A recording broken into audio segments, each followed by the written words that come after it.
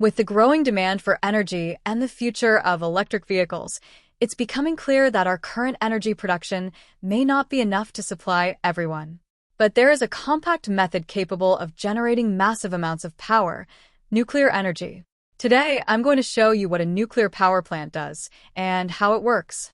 As the study of radioactivity advanced, scientists began to understand the enormous energy it could provide. This knowledge has been applied in many areas, both beneficial and destructive. One well-known example is the atomic bombs Little Boy and Fat Man, used during World War II in Hiroshima and Nagasaki.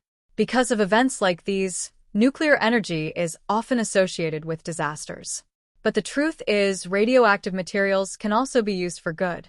In 1942, the first nuclear reactor capable of sustaining a controlled chain reaction was built in Chicago by physicist Enrico Fermi, using nuclear fission.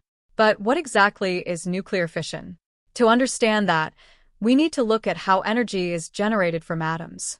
Atoms are the basic building blocks of matter. At their core lies the nucleus, made up of protons and neutrons, held together by a powerful force. This nucleus stores an enormous amount of energy, and that's the energy we want to harness. There are two main types of nuclear reactions: fusion and fission.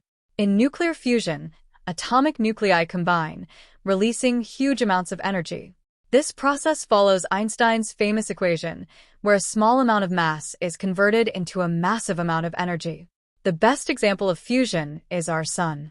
It constantly fuses hydrogen into helium, releasing incredible energy. However, controlling fusion on Earth is extremely difficult. That's why modern nuclear power plants use nuclear fission instead. In fission, a heavy atomic nucleus is split into smaller ones. This is done by bombarding the atom with neutrons, making it unstable. When the atom splits, it releases energy and more neutrons. These new neutrons then hit other atoms, creating a chain reaction. To understand this better, let's look at uranium-235. When a neutron hits a uranium-235 atom, it becomes unstable and splits into smaller atoms, such as barium and krypton, releasing energy and more neutrons. This creates a self-sustaining chain reaction. But without control, this reaction would quickly become dangerous. That's where control systems come in. Materials like cadmium or boron are used to absorb excess neutrons. These act like brakes, slowing down or speeding up the reaction as needed. Insert the control rods and the reaction slows down. Remove them and it speeds up. But here's the key point. Nuclear power plants don't directly produce electricity. They work much like thermal power plants. Instead of burning fossil fuels, they use heat from nuclear reactions. A nuclear power plant typically operates in three main stages. 1. Primary system. Inside the reactor, nuclear fission generates heat. This heat warms water under high pressure. 2. Secondary system. The heated water turns into steam, which spins a turbine connected to a generator, producing electricity. 3. Cooling system.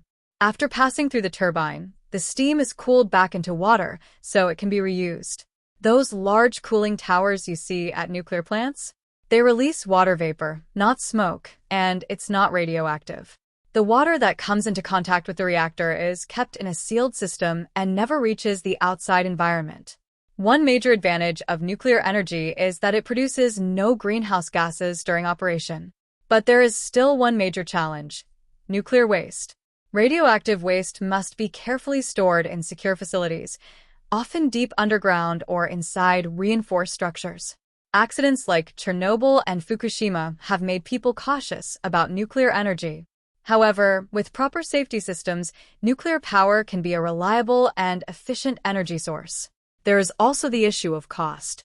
Nuclear power plants are expensive to build and maintain. However, they require relatively small areas compared to hydroelectric dams or solar farms.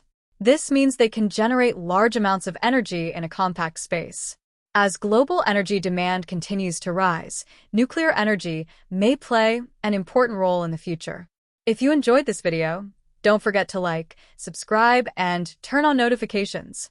And if you want to keep learning how the world works, you're in the right place.